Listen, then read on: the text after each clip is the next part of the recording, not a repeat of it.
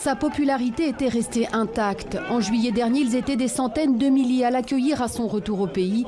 2 ans qu'Étienne Tshisekedi n'avait pas foulé le sol congolais pour raison de santé. Et l'éternel opposant, affaibli, malade, mobilise et réveille toujours les Congolais.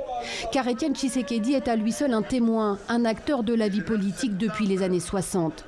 Premier docteur en droit du pays, Étienne Tshisekedi entame sa carrière politique aux côtés de Mobutu.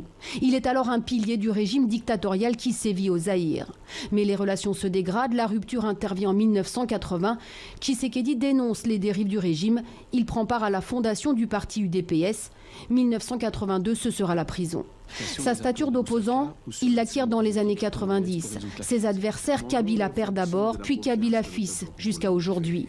Les régimes, les gouvernements se succèdent, mais entêté, lui ne flanche pas, il boycotte. Ainsi, en 2006, il refuse de participer aux premières élections libres du pays.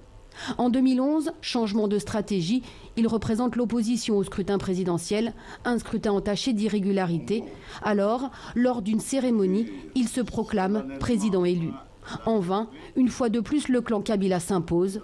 Pour les Congolais, sa ténacité aura fait de lui un leader, un homme fort et redouté.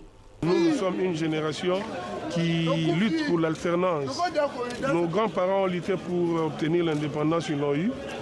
Le président Étienne Tshisekedi qui vient de nous quitter a sacrifié toute sa vie pour lutter pour l'instauration de la démocratie dans ce pays. Le sphinx est donc éteint.